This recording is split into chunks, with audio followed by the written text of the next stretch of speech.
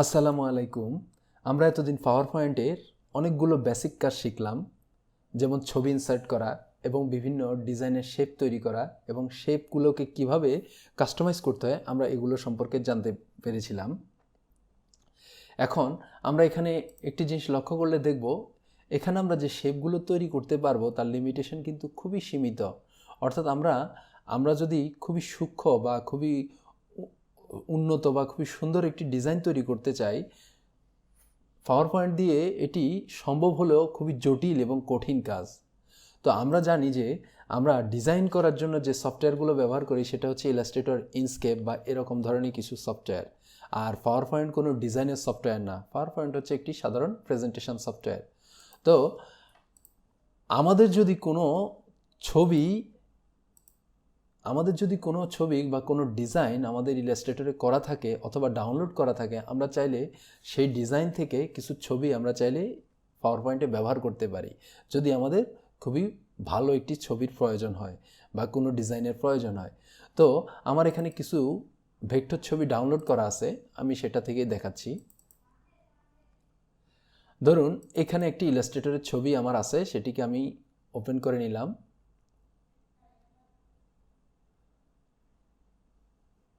ধরুন এই ছবি থেকে আমার কিছু অবজেক্টের প্রয়োজন।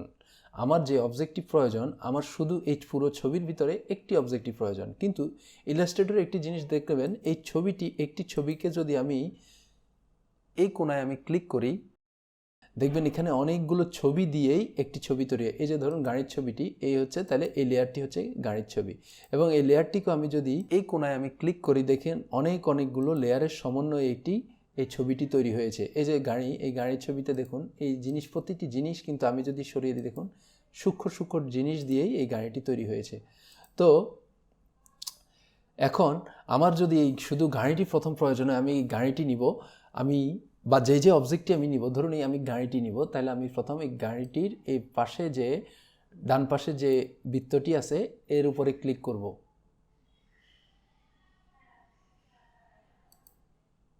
এই গাড়িটিতে আমি ক্লিক করলাম, সিলেক্ট হয়ে গেছে। তারপরে এই বাচ্চা যে কয়টা আছে সেগুলোকেও যদি আমার নির্বাচন করা লাগে, সেগুলোকে আমি শিফট চেপে ধরে যেগুলো আমার দরকার সেগুলোকে আমি নির্বাচন করলাম। নির্বাচন করার পরে কন্ট্রোল সি চেপে আমি এগুলোকে কপি করব।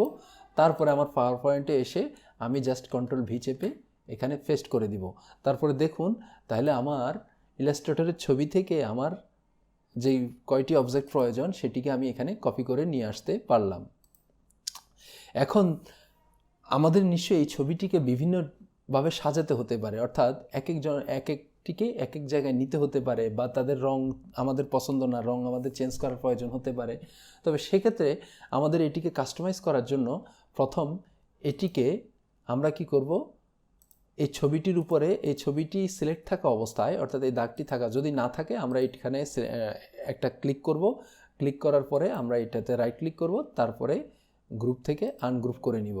আনগ্রুপ করতে গেলে দেখুন এখানে একটি অপশন আসবে, সেটি হচ্ছে এটিকে আমাদের মাইক্রোসফট অফিসের ড্রয়িং অবজেক্টে এটিকে কনভার্ট করতে হবে। তো আমরা এই পজিশনে এরকম আসলে আমরা এখানে ইয়েস দিব। দেওয়ার পরে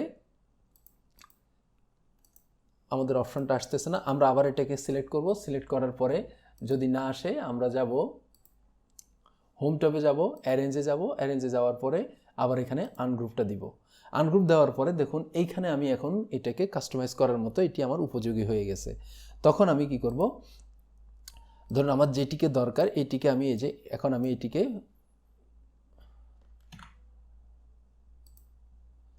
তাইলে এখন আমি এটিকে কাস্টমাইজ করতে পারবো। যেমন আমার এখানে যদি কালারের প্রয়োজন হয়, আমরা আগের মতো করে এখন এখান থেকে দেখুন শেপের কালার চেঞ্জ করতে পারবো। দেখুন এখানে শেপের কালার চেঞ্জ করা যাবে বা বিভিন্ন ডিজাইন করা যাবে, অথবা আমরা চাইলে এখানের কিছু জিনিসকে সরিয়েও ফেলতে পারি। তাহলে আমরা এখন এটিকে কাস্টমাইজ করতে পারবো। আবার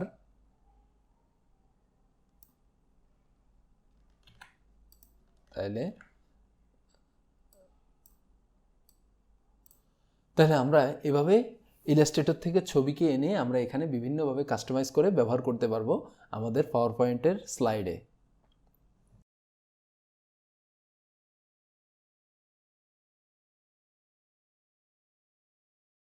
আবার আমরা যদি চাই যে আমাদের পাওয়ার পয়েন্টের কোনো ছবিকে আমাদের ছবি আকারে সেভ করতে, অর্থাৎ পাওয়ার পয়েন্টের এটিকে এই ডিজাইনগুলোকে আমরা কোনো ছবি হিসেবে ব্যবহার করব, তবে আমরা একটা কাজ করতে পারি। আমরা সেই ছবিটিকে